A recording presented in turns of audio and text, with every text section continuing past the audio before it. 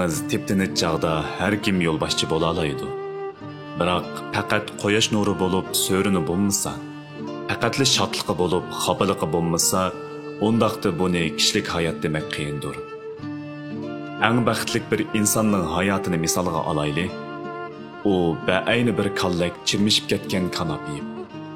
Baxtsizlikning azoblari bilan baxtiyorlikning armonlari o'zaro giralishib ketgan. Biz birda qayg'ursak, birda xushalliqda masxush bo'lamiz. Hattoki o'limmi mohiyatda hayotning do'stidir. İnsan kishilik hayotining sagik paytlarida qayg'u azoblarining so'rin soyasida turganda haqiqiy o'zligiga yaqinlashgan bo'ladi. Turmush yoki ish kasbning turli yo'sullarida xarakterning roli aqliy qobiliyatninkidan ko'p ustun bo'ladi. Zihinning roli bo'lsa, kayfiyatninkiga yetmaydi. Tug'ma qobiliyatdan ko'ra hukm qilish iqtidori tizginni tutgan o'zini tutmoqlik, savrchanlik va qonuniyatlik bo'lmoq afzaldir. Men azaldan abadga ichki hayotining yo'sullariga qattiq amal qilg'uchining tashqi hayotida shu qadar oddiy-sodda bo'ladiganligiga ishonaman.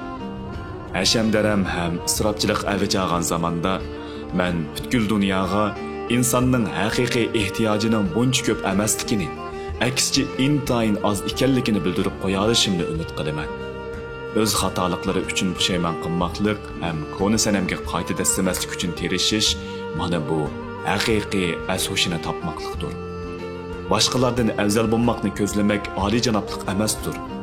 Haqiqiy oliyjanoblik bo'lsa, har bir ko'nirg'an o'zidan a'lo bo'lmoqlikni aqida qilmoqdir.